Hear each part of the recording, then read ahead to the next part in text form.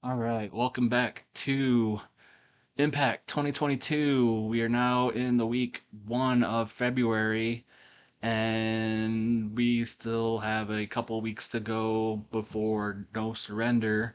So actually, I don't really have a whole lot of preamble or any follow up from last week, so let's just get right into the news. We actually have quite a bit of it. Quite a bit of it, excuse me, quite a bit of news pertaining to Impact, actually, especially with it being the changeover in months. Um, I decided to try to keep track of ratings. I think I mentioned last week I wasn't going to do a huge focus on them, but um, BTI is getting a point zero 0.01, and I think it has been doing that since we started. And Impact has gotten a 0.21, which also seems to be the regular rating it's been getting since I started this game. Um, I did change up BTI a little bit, did a little more with matches. I went from 1 to 2, and did more like interview segments other than like recap videos just because it was getting really low ratings of in-game ratings. Not that the TV ratings really matter. It's only on YouTube. But so yeah, wanted to bump that up a little bit, the quality wise, even though it's technically a B show and doesn't really count. Um, but yeah. Um, Start with the end of the week or the end of the month news. Good news and bad news, and it's probably good news and bad news all around. But yeah, good news is that we actually made a profit. We made $84,067 in profit, which I was kind of worried with this taping schedule, having to split it up weekly instead of doing it in chunks like it's done in real life. I was afraid I was gonna lose money from doing that, but apparently not. So that's good.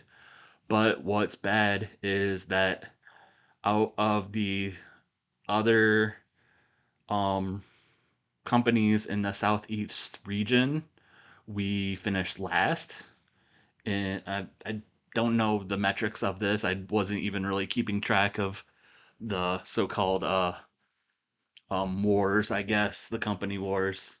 But in the southeast, um, we're not the only ones running. We have AEW, NXT, MLW, NWA, and Shine, and we finished last out of all of those in that order.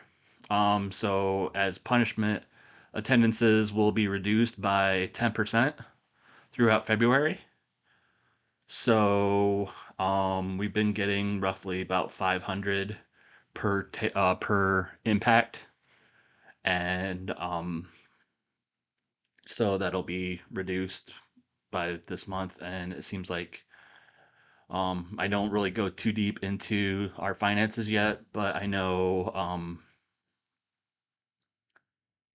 we don't run house shows. We only really run our impact tapings and our pay-per-views, so that's a bulk of our money right there. So anything that gets chipped into that will kind of hurt us, but hopefully not a lot. Roster news. Bad news and good news in one bit of news. Lady Frost has announced that she is pregnant. And her maternity leave starts in 1 month. So that kind of sucks for us. But the program that she's in currently has not really worked out as well, so it's probably for the best. And then also out of nowhere, Eddie Edwards and Alicia Edwards have divorced. The divorce bug has reached impact. So it's kind of weird because like on one of the fake news sites it said, "Oh, this was coming for a long time," but I saw there were no signs of it to me. So the bummer of that is that It bumps our backstage morale down to 79, where previously it was at 100. Um, I plan, as much as this makes me sound like a dick, I plan on pretty much cutting Alicia Edwards loose. She does not really serve a purpose currently in my game, and Eddie Edwards is pretty much one of our top faces. So I can't really exactly let him go. So we will see what happens with that, but it will probably end up with Alicia leaving somewhat soon. That pretty much wraps up our news with Impact. Elsewhere throughout the company, AEW had some news. The Death Triangle has disbanded. Um, Jericho and Bryan Danielson have started a feud between them. And most importantly, um, Nyla Rose has won the TBS title. If you might remember on our first episode, or I think the first episode, that I've since had to redo, or yeah, basically when I had to stop and redo everything. Previously, Riho had won the TBS title, but when I had to restart my game. Um, Nobody had won the TBS title until now. So Nyla Rose actually beat Anna Jay in a tables match to win that match and that title. Ironically on Rampage, which is on TNT. So that's weird. Um, Other title news actually in Japan. Tajiri won the Big Japan Deathmatch title from Yuko Miyamoto. And Naomichi Marufuji won the Noah GHC title from Katsuhiko Nakajima, which I was looking up on that. Apparently, he's also the booker of Noah, so I don't know how that's going to work. And I think he also holds other titles there as well, but whatever. None of my concern.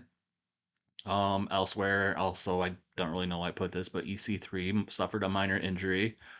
So minor that he was only really out a couple days, so no big deal there. GCW had a big event. Um, I don't know if I'm going to post the card for this event because for whatever reason, in this mod, GCW's roster is woefully outdated to the point where like there are names on the roster that haven't been used in years and ended up on this show. But the big news to come out of that was that Nick Gage won the Ultraviolent title, defeating Alex Colon, Pinky Sanchez, and Ricky Shane Page in a cage match. And that they also, the company itself has shelled out for professional production values. They've upgraded that so we can actually hear what happens over the house mic if for the people watching at home. Um, Finally making strides. First they hopefully replaced KG, and now you can actually hear what happens. WWE actually had the Royal Rumble. Um, Overall, it I sorry that my cat is next to me and quite playful, so if you hear some noises, it's her. Um, but yeah, the Royal Rumble happened, and overall, I don't really remember what happened overall. I do have probably a picture of what happened, but the big news coming from that is that The Undertaker won the men's Royal Rumble and that Sasha Banks won the women's Rumble. Um, I didn't care to look to see who the title holders are, so I don't know what WrestleMania is shaping up to be. Much like in real life, I am quite disinterested. Finally, random note from AIW, Frankie Flynn and Levi Everett formed a team. Probably had beards in common, so good for them. Retirements announced. Earl Hebner, Congo Kong, The Rude Boy, Annie Social, Johnny Saint, who is like 80, and Giant Silva. So again, a number of people announcing their stepping away from the wrestling business. And that's pretty much it for news. Let's go into Impact. Um, Hopefully I can do this with a cat crawling around on me. Um, all right, we have Impact starting with the learning tree of Brian Myers and Avery Good in winning a tag team match against Black Taurus and Crazy Steve of Decay. With Brian Myers pinning Crazy Steve using the ropes for leverage. I actually think I had Father James Mitchell interfering in here. I'm not sure why it's not in here, but handle of changes because we changed. I was doing some kind of cleanup and looking at gimmicks, and it said that Black Taurus was awful in his monster gimmick, so we are changing him to a dominant luchador. Um, Initial rating of poor. This rating is likely to rise over time as the fans get used to the new gimmick. Um, oh yeah. So that's pros and cons of what we need to look out for. But the story here is that Decay has kind of continued their so-called decay, for lack of a better word, um, with the um aura, or I guess the air of Father James Mitchell surrounding them and wanting them to break up. And that might be for the best if that happens because Black Truce and Crazy Steve have absolutely zero chemistry as partners. Tarus is looking very stale, but hopefully the gimmick will help that. Avery Good seemed off his game. Segment rating of 31. So basically, the next segment has is after the match. Tarus and Crazy Steve are kind of arguing amongst themselves. Rosemary and Havoc also come out to the ring, and they're all kind of bickering amongst themselves into the ring, trying to get the act together, but knowing that they have not had very good luck lately. Father James Mitchell comes out um, to the ring with a microphone, and he basically says, looks in the ring and is laughing at Decay and their problems, and basically says, "I know you guys, everyone has been seeing my uh, business negotiations with one Mr. Johnny Swinger, and now enters the final plans of those negotiations. And as far as I can see, there are four of them and four of you, pointing to Decay in the ring. So excuse me. So I decree that at No Surrender, there be a 4-on-4 elimination match, and the last stable left surviving stays together. The losing one has to disband. And with the news of that, Johnny Swinger kind of runs out and confronts James Mitchell, and he's like, "I know we had a deal, but look at them. They're all scary." And James is like, trying to calm them down, like, you know, I believe in you. You guys can do this. Look at them. They're at their weakest, and so basically, we have a 4-on-4 elimination match set for No Surrender. Decay versus Swingers Palace of Johnny Swinger, Zicky Dice Hernandez, and Johnny Bravo. Segment rating of 28. Backstage, we see Ace Austin and Madman Fulton. Austin is kind of beside himself lately. He's like, I can't believe it. Like I lost to Chris Sabin, and just I hate that I'm on this losing streak, and losing to Chris Sabin is one thing, but losing to Zicky Dice is that's just embarrassing. And Madman Fulton's just kind of like, I know, I'm trying to calm him down, but also knows that Austin doesn't really have anybody to blame him for himself.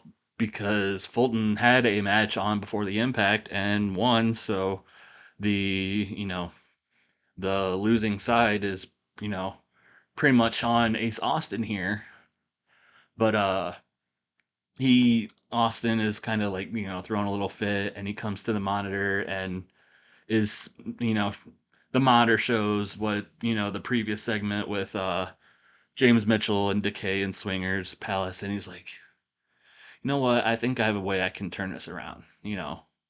So Austin and Fulton kind of walk off, leaving the viewer hanging. So hopefully we will know what happens next week with them.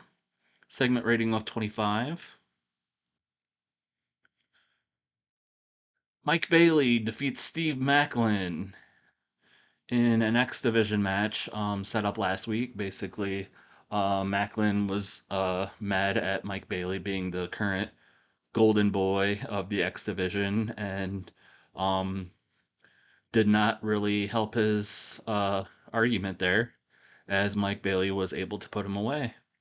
Segment rating of 30.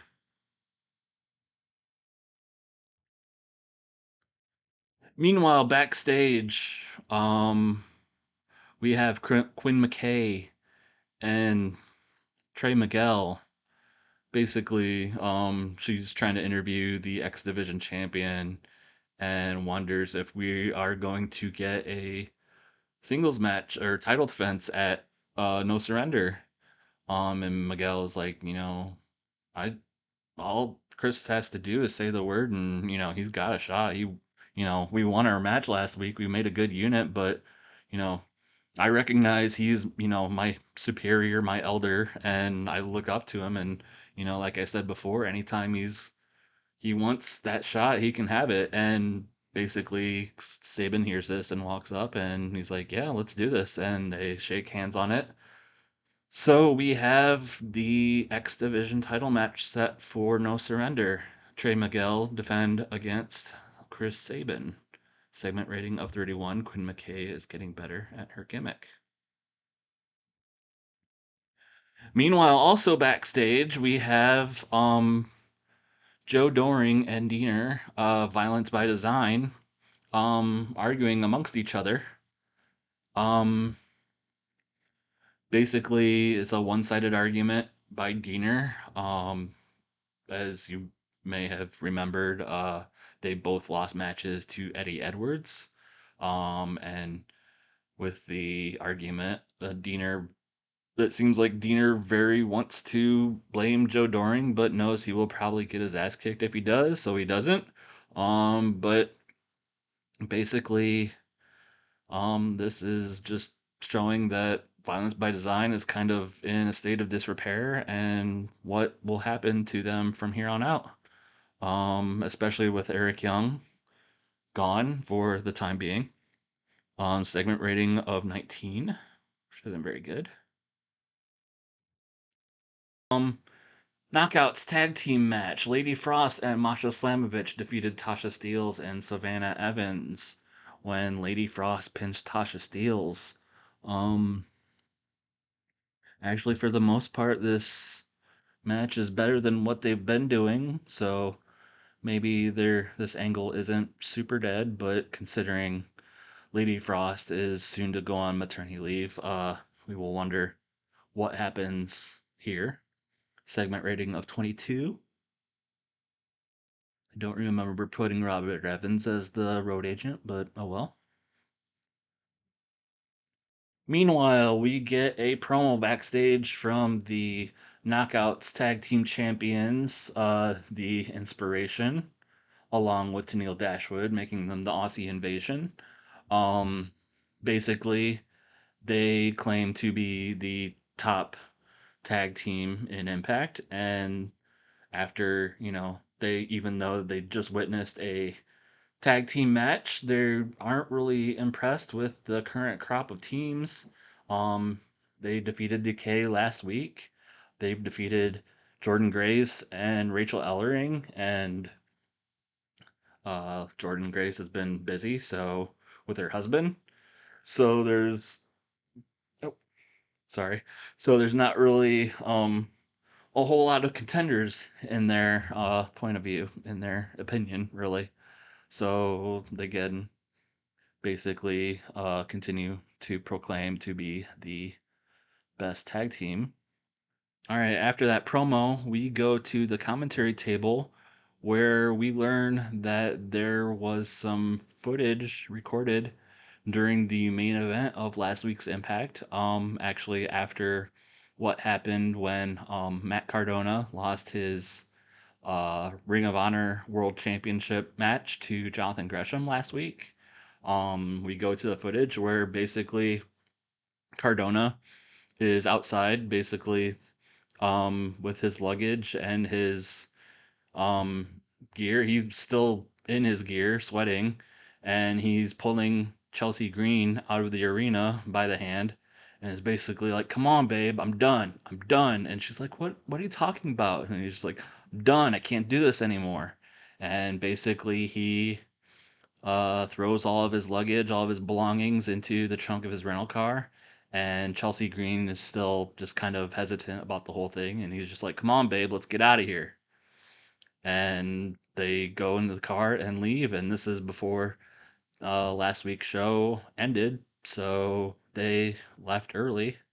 So, and then the commentators basically say that they have not heard from Matt Cardona or Chelsea Green since and hope to get a clarification about their status in Impact.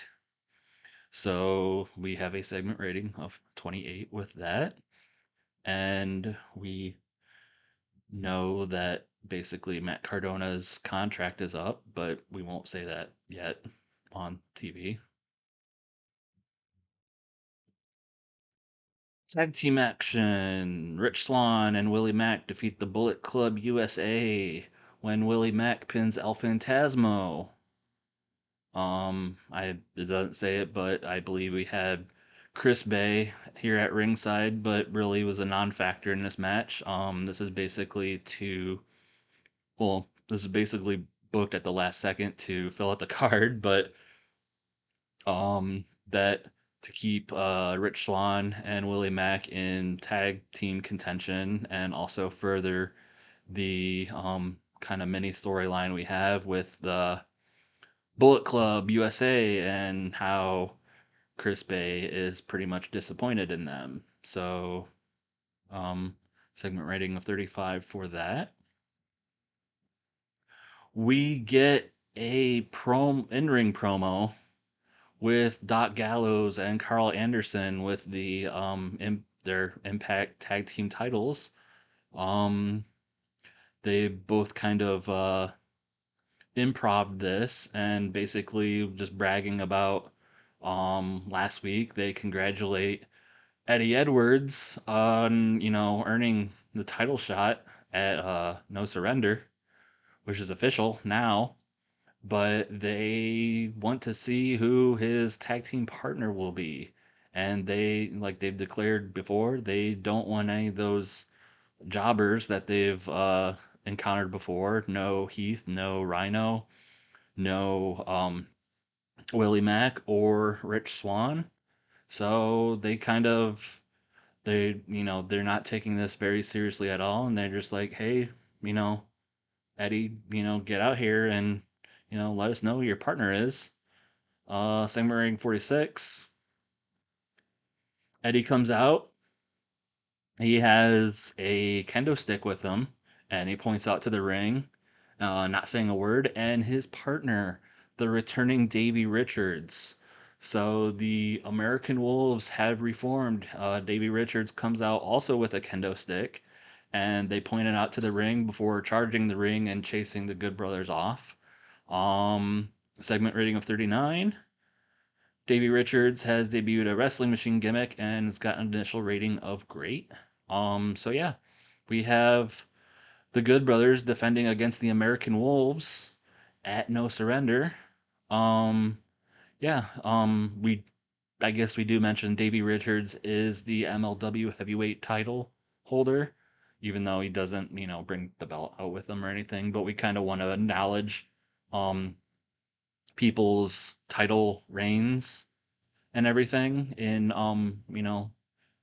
know that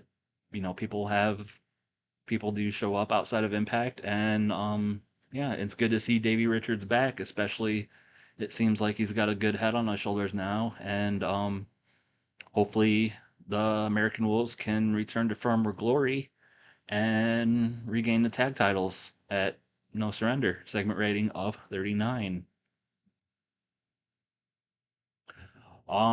We get a brief angle where Deanna Prazo brings all of her titles to the ring, along with Matthew Ray Walt. He's not listed, but she is going to do color commentary for the next match, which is our main event of the night. Segment rating of 14. And in the main event, Mickey James defeated Roxy. Um, Deanna Prazo kind of served as a distraction for both women at ringside while she was doing color commentary. But being the veteran, Mickey James was able to shrug it off more so than Roxy. Roxy, had her moments of distraction and fell to a Mickey DT in the end. Segment rating of 28. Basically, after the match, Deanna Prazo is laughing at Roxy and kind of Mickey James by, basically Mickey James is helping Roxy up and, congratulating her on the match, even though, she lost, but, putting up a good fight. But then the announcers announced that, by order of Gail Kim, that next week, Mickey James and Roxy will be taking on Deanna Parazzo and a partner of her choosing, which does not sit well with Parazzo. Since she has defeated both women, and surely both of them want payback for having their titles taken away from them. So, unfortunately, segment rating of 14, but that will continue. We'll see that next week. And then we have Josh Alexander comes out to the ring, and like he said last week, he calls out Moose and he calls out Scott D'Amore for good measure. He has, a microphone, and once Moose finally gets into the ring, well, it takes him a few minutes to get to the ring. Josh Alexander's like, I want you here face to face because I have things I need to say. Um, And I promised Scott Demore that I would not lay hands on you, and if I do, our match is off. So, you know, you don't have to trust me, but trust me that much that, I need you in this ring so I can tell you these things face to face, man to man. And Moose kind of motions for a microphone, and Alexander's like, no, you don't get to talk. This is my time. You're only here to listen. You're here to shut up and listen, things that you have not been able to do in your career. And Moose is kind of getting mad, but just, eventually gets in the ring. They stand face to face, and Josh Alexander's like, I've wanted to say these things to your face these past couple months. And ever since back at, I can't remember, back when I won the Impact World Championship, and you took that away from me directly in front of my wife and child. You showed me and you showed the whole world and everyone here in Impact who you are, and that is a coward. And I cannot respect a coward. And I cannot respect a coward holding the Impact World Championship, which should be mine. So, what I say is this: I want you to look around, you know, now, at any time, when you're in a locker room, as your Impact World Champion. I want you to look around and realize that you don't have a friend here in Impact. No one wants you here. And because you took that title and you embarrassed me in front of my family, if I can't take that title from you, I don't deserve to be here.